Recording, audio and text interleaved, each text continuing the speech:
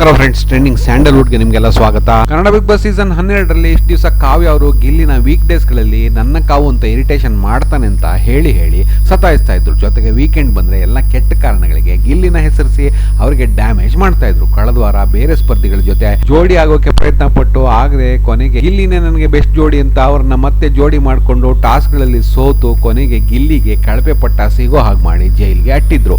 Weekend ನಲ್ಲಿ ಮತ್ತೆ ಗಿಲ್ಲಿ ನನ್ನ ಪಾಲಿಗೆ ಹಾವು ಅಂತ ಕುಟುಕಿದ್ರು. ಅವ್ರ ಜೊತೆ ಡ್ಯಾನ್ಸ್ ಮಾಡೋಕೆ ನಿರಾಕರಣೆ ಮಾಡಿದ್ರು. ನಿನ್ನೆ ರಘು ಅವ್ರನ್ನು ಕೂಡ ಗಿಲ್ಲಿ ಮೇಲೆ ಎತ್ಕಟ್ಟಿದ್ರು. ಈಗ ಗಿಲ್ಲಿ ವಿಚಾರದಲ್ಲಿ ಅತಿ ಕೆಳಮಟ್ಟಕ್ಕೆ ಇಳಿದು ನಾಮಿನೇಟ್ ಕೂಡ ಮಾಡಿದ್ದಾರೆ. ಇದು ಕಾವ್ಯ ಅವರ ಆಟಕ್ಕೆ ಅತಿ ದೊಡ್ಡ ಹೊಡೆತ ಕೊಡೋದಂತೂ ಪಕ್ಕ. ಕಾವ್ಯಕ್ಕೆ ಬರೋ ಮುಕ್ಕಾಲ್ ಪಾಲ್ ಓಟ್ಗಳು ಗಿಲ್ಲಿ ಫ್ಯಾನ್ಸ್ ಇಂದಾನೇ ಬರುತ್ತೆ ಅಂದ್ರೆ ತಪ್ಪಾಗಲ್ಲ. ಈಗಾಗಲೇ ಸೋಷಿಯಲ್ ಮೀಡಿಯಾಗಳಲ್ಲಿ ಕಾವ್ಯ ಅವ್ರನ್ನ ಉಸಿರೊಳ್ಳಿ 420 ಅಂತ ಹಾಕ್ತಾ ಇದ್ದಾರೆ. ಇವತ್ತು ಅವರು ಗಿಲ್ಲಿ ಅವ್ರನ್ನ ನಾಮಿನೇಟ್ ಮಾಡಿದ್ಮೇಲಂತೂ ಇನ್ನು ಅವರಿಗೆ ಗಿಲ್ಲಿ ಫ್ಯಾನ್ಸ್ ಓಟ್ ಸಿಗೋದು ಬಹುಪಾಲು ನಿಂತು ಹೋಗುತ್ತೆ. ಜೊತೆಗೆ ಇಷ್ಟು ದಿವಸ ಒಳ್ಳೆ ಜೀವದ ಗೆಳತಿ ತರ ಅವ್ರ ಪರ ನಿಂತಿರೋ ಗಿಲ್ಲಿಗೆ ಈ ರೀತಿ ಮಾಡಿ ಗಿಲ್ಲಿ ಫ್ಯಾನ್ಸ್ಗಳು ಇನ್ಮೇಲೆ ಇವ್ರನ್ನ ದ್ವೇಷ ಮಾಡೋ ತರ ಮಾಡಿದ್ದಾರೆ. ಗಿಲ್ಲಿ ಆಟಕ್ಕೆ ಇದು ಖಂಡಿತ ಒಳ್ಳೇದಾಗ್ಲಿದ್ದು ಇನ್ನಾದ್ರೂ ಅವರು ಕಾವ್ಯ ಹಿಂದೆ ಹೋಗೋದು ನಿಲ್ಲಿಸ್ಲಿ ಅನ್ನೋದು ನಮ್ಮ ಆಶಯ.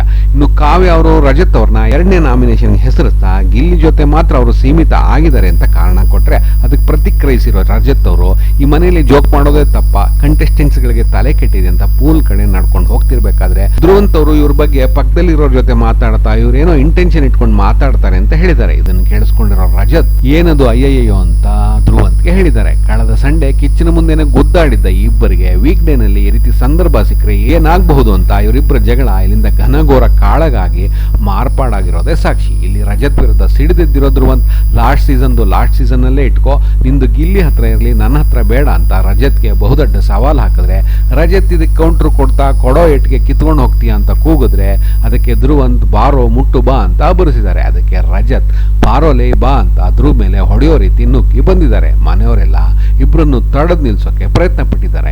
ಇಲ್ಲಿ ರಜತ್ ಅವರು ಧ್ರುವ್ ಮೇಲೆ ಈ ಒಂದು ಜಗಳಕ್ಕೆ ಹೋಗೋ ಅವಶ್ಯಕತೆನೇ ಇರಲಿಲ್ಲ. ಕಳೆದ ಸೀಸನ್ ನಲ್ಲಿ ಧನ್ರಾಜ್ ಮೇಲೆ ಇಲ್ಲ ಸಲ್ಲದ ಕಾರಣಕ್ಕೆ ಹೊಡೆದಾಟಕ್ಕೆ ಹೋಗ್ತಾ ಸಾಕಷ್ಟು ಕ್ರಿಟಿಸಿಸಮ್ ನ ತಗೊಂಡಿದ್ರು ರಜತ್. ಈಗ ಧ್ರುವ್ ವಿಚಾರದಲ್ಲೂ ಕೂಡ ಹಾಗೆ ಆಗಿದೆ. ಎಲ್ಲೋ ಒಂದ್ ಕಡೆ ಅವರ ಆಟದಲ್ಲಿ ಕಳೆದ ಸೀಸನ್ ನಲ್ಲಿದ್ದ ಕಂಟ್ರೋಲ್, ಶಾರ್ಪ್ನೆಸ್, ಫೋಕಸ್ ಮತ್ತು ಒಂದು ನಿರ್ದಿಷ್ಟ ಗುರಿ ಇಲ್ಲ ಅಂತ ನಮ್ಮ ಅನಿಸಿಕೆ. ಕಿಚ್ಚನ ಪಂಚಾಯತಿನಲ್ಲಿ ಫೀಡ್ಬ್ಯಾಕ್ ಸಿಕ್ಕ ಮೇಲೂ ಕೂಡ ಎಲ್ಲೋ ಇನ್ನೂ ಅವರು ಕ್ಯಾಶುಯಲ್ ಆಗಿ ಆಡ್ತಿದ್ದಾರೆ ಅಂತ ನಮ್ಗನ್ನಿಸ್ತು. ಇನ್ನು ಈ ಕಾಳಗದಲ್ಲಿ ಅತಿ ಹೆಚ್ಚು ಲಾಭ ಆಗ್ತಿರೋದು ಧ್ರುವ್ ಅವರಿಗೆ. ಅವರ ಗ್ರಾಫ್ ಕಳೆದ ವಾರನೇ ತುಂಬಾ ಮೇಲ್ ಹೋಗಿತ್ತು. ಈಗ ರಜತ್ ಅವರ ವಿರುದ್ಧ ತೊಡೆ ತಟ್ಟಿ ಅವರನ್ನ ಮಂಟ ಹಾಕೋ ತರ ಕಾಣಿಸ್ತಾ ಇರೋ ಧ್ರುವ್ಗೆ ಇದು ಮತ್ತೊಂದು ಗೆಲುವಿನ ತರ ಪರಿಣಮಿಸಿ ಅವರ ಗ್ರಾಫ್ ಮತ್ತಷ್ಟು ಮೇಲ್ ಹೋಗಿ ಅವರು ಈ ಸೀಸನ್ ಅಲ್ಲಿ ಟಾಪ್ 6 ನಲ್ಲಿ ಎಂಟ್ರಿ ತಗೊಳ್ಳೋ ಕಡೆ ಒಂದು ದಾಪುಗಾಲ್ ಹಾಕಿದ್ದಾರೆ ಅಂತ ಖಂಡಿತ ಹೇಳ್ಬಹುದು.